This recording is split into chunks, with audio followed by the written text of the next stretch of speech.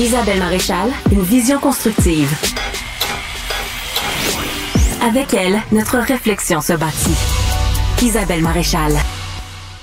Bien, vous avez peut-être entendu une partie du discours du président des États-Unis, Donald Trump, devant le parterre des Nations unies hier. C'était quelque chose, cette diatribe interminable qui nous faisait, nous, d'un point de vue québécois-canadien, lever les yeux au ciel d'incompréhension, n'est-ce pas, Fred? C'est un classique Trump. Hein? Moi, il n'y a plus rien qui me surprend. Là. Toi, t'étais pas surpris qu'il soit à d'entendre? l'ONU ou devant ses partisans, ben, il va s'amuser à faire des grandes métaphores, me beurrer épais, comme on dit en français, puis essayer d'aller chercher des points stratégiques, mais pas factuels. Non, mais attends, c'est incroyable. Devant le siège des Nations unies, quand même. Avec nous, Guillaume Lavoie, il est expert en politique américaine, membre associé à la chaire Raoul Dandurand. Merci d'être là, Guillaume. Est-ce que tu t'es remis de ce discours?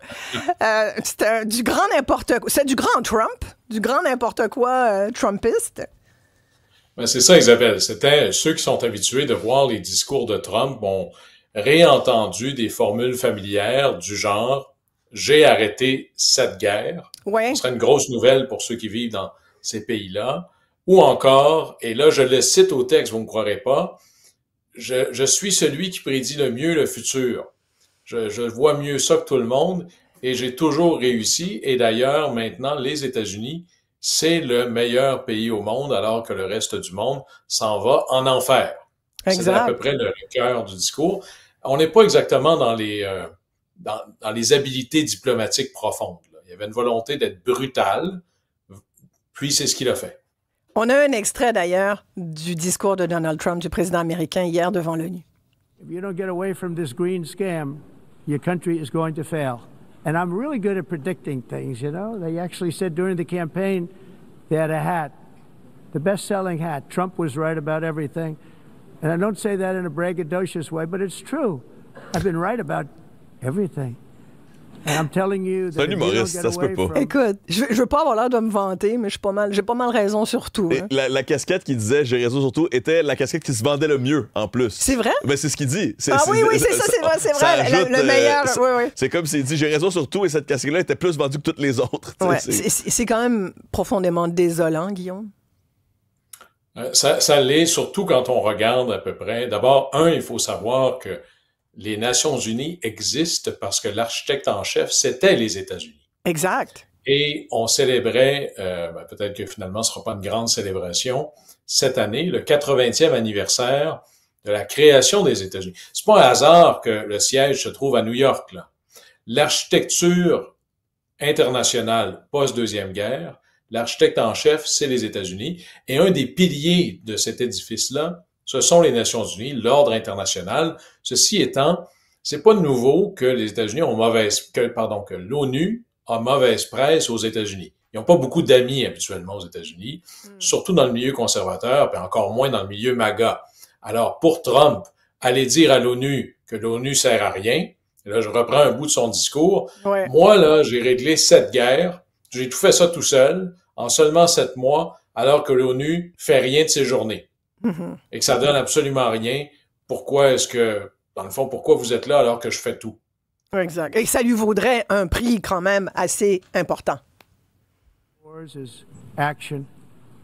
Now, after ending all of these wars and also earlier negotiating the Abraham Accords, which is a very big thing for which our country received no credit, never receives credit. Everyone says that I should get the Nobel Peace Prize for each one of these achievements. But for me, the real prize will be the sons and daughters who live to grow up with their mothers and fathers, because millions of people are no longer being killed in endless and unglorious wars. C'est de la fabulation, là, parce que, juste pour bien préciser auprès de nos auditeurs, il parle des accords d'Abraham, il parle de 7 guerres qu'il aurait donc résolues. Il n'y en est rien, là, Guillaume. Là. Il n'y en est rien. Alors, prenons un exemple, là, le Pakistan et l'Inde, qui s'aiment pas beaucoup. Et régulièrement, il y a des escarmouches qui ont besoin d'être désarçonnées, qui ont besoin d'être... faut remettre la goupille là, sur la grenade. Et habituellement, plusieurs joueurs importants de la communauté internationale, à des niveaux plus bas, interviennent, et des fois, le président américain fait un appel ou deux. Et ça, j'aurais pu vous raconter ça sous la présidence de Clinton, même de Reagan, de W. Bush, de Obama. C'est un typique, là. Alors, Trump est intervenu, ça s'est calmé. Lui, il déclare qu'il a arrêté une guerre. Et après ça, il a demandé au Pakistan de le mettre en nomination pour le prix Nobel. Il a demandé la même chose à l'Inde, puis l'Inde a dit, il n'y en a absolument pas question, puis je me rappelle pas vraiment que tu étais un acteur clé dans l'histoire, alors ça n'arrivera pas. Par le plus grand des hasards, qu'on n'a pas de preuves, très peu de temps après, des tarifs importants sur l'Inde. Alors, pour Trump, c'est de l'ordre de la glorification de la personne. Ouais. Uh-huh. Puis quand il dit, tout le monde dit que je devrais avoir le prix Nobel de la paix, il devrait dire, les quelques-uns à qui j'avais besoin de forcer la main, ou les quelques-uns qui ont compris que je suis très, très réceptif à la flagornerie, parce qu'ils ne sont que quelques-uns, là, m'ont mis en nomination ou ont dit qu'ils le feraient. Mais j'ai pas entendu le Canada, le Mexique, la France, le Royaume-Uni, l'Australie faire ça, là. D'ailleurs, ça n'arrivera pas. Alors, il y a chez Trump, il y a une volonté profonde de tomber dans l'hyperbole fabulatrice, et qu'une fois que ça a été dit, et que ce n'est pas contredit si vous écoutez Fox News, et Fox News, c'est la première source d'information de nouvelles aux États-Unis. Alors, Trump est rarement entouré de gens qui lui disent, mais je m'excuse, mais ce n'est juste pas vrai, ce que vous dites. Alors, ça continue, mais ici, il voulait parler d'abord à son groupe, et son groupe n'aime pas l'ONU. Alors, dire à l'ONU que ça sert à rien et que c'est contraire aux intérêts des Américains, c'est pas quelque chose d'impopulaire pour lui. Fred, il y a un commentaire de Pierre de Saint-Lazare et je trouve ça très intéressant. Pierre dit, concernant Trump et l'ONU, j'aurais adoré que tous les participants se lèvent debout et lui tournent le dos. Merci. Et ça, c'est Pierre qui dit ça, mais c'est intéressant aussi parce que Éric, lui, dit, le 47e président a affirmé encore une fois à la face du monde la suprématie des États-Unis. S'il peut se permettre de faire ce discours-là devant l'ONU, c'est justement parce qu'il n'y a personne pour l'arrêter. Et moi, ça m'a vraiment... Sincèrement, moi, ça m'effraie, ce genre de personnage... qui a autant de pouvoir. Effectivement, je trouve que Pierre a raison. Il dit comment ça se fait qu'il n'y a pas eu de réaction. Tout le monde avait l'air bouche bée un peu. Qu'est-ce que tu en as compris, toi, qui est habitué à ce genre de choses? Est-ce que, l'ONU, c'était comme un mauvais moment à passer? Normalement, je pense que c'est un quart d'heure ou c'est 15 minutes que chaque... Oui, il a parlé pendant presque 1 heure. Alors, il faut savoir que tout le monde connaît Trump, là. Par contre, quand il dit ça, la dernière fois que Trump est allé, il a dit une phrase à laquelle personne s'attendait, puis on connaissait moins Trump, et il a dit, depuis que je suis président, il venait tout juste d'arriver, on est dans son premier mandat, après quelques mois, depuis que je suis là, jamais un président américain en a accompli autant dans toute l'histoire des États-Unis, et l'Assemblée a éclaté de rire. Oui, c'est vrai, la dernière fois, c'était un peu humiliant, là. Alors, cette fois-ci, vous savez, des fois, être diplomate, c'est se garder contre ses premiers instincts. Être institutionnaliste, c'est reconnaître que c'est pas Trump qui est là. C'est celui qui est choisi par les États-Unis et les citoyens des États-Unis.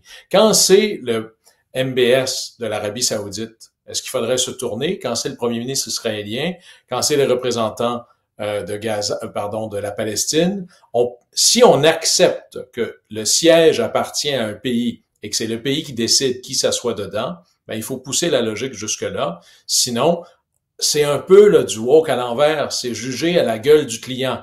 Lui devient fréquentable, je le déclare. Ouais. Mais on est mal servi par ces pulsions. Non, mais déjà, le fait d'avoir utilisé 4 fois trop de temps par rapport aux autres, il y a là comme une règle injuste. C'est de la démonstration de son pouvoir, encore une fois, qui prend beaucoup d'espace. Puis, je pense qu'on aurait pu intervenir pour dire, Monsieur le Président, pas la musique comme aux Oscars, fait quelque chose. Je trouvais tellement intéressant ce que M. Lavoie disait sur l'hyperbole. Parce que, quand il dit « Tout le monde pense que je mérite le prix Nobel de la paix », moi, je me demande s'il y a encore une jalousie par rapport à Obama, par rapport à ça, parce qu'on sait que Barack Obama avait obtenu le prix Nobel de la paix. On sait qu'il y a une rivalité qui semble l'obséder complètement. Intéressant, mais je trouve ça intéressant parce que tu disais c'est une fabulation, Isabelle. Mais moi, je trouve que c'est une négociation avec la réalité. Il se dit...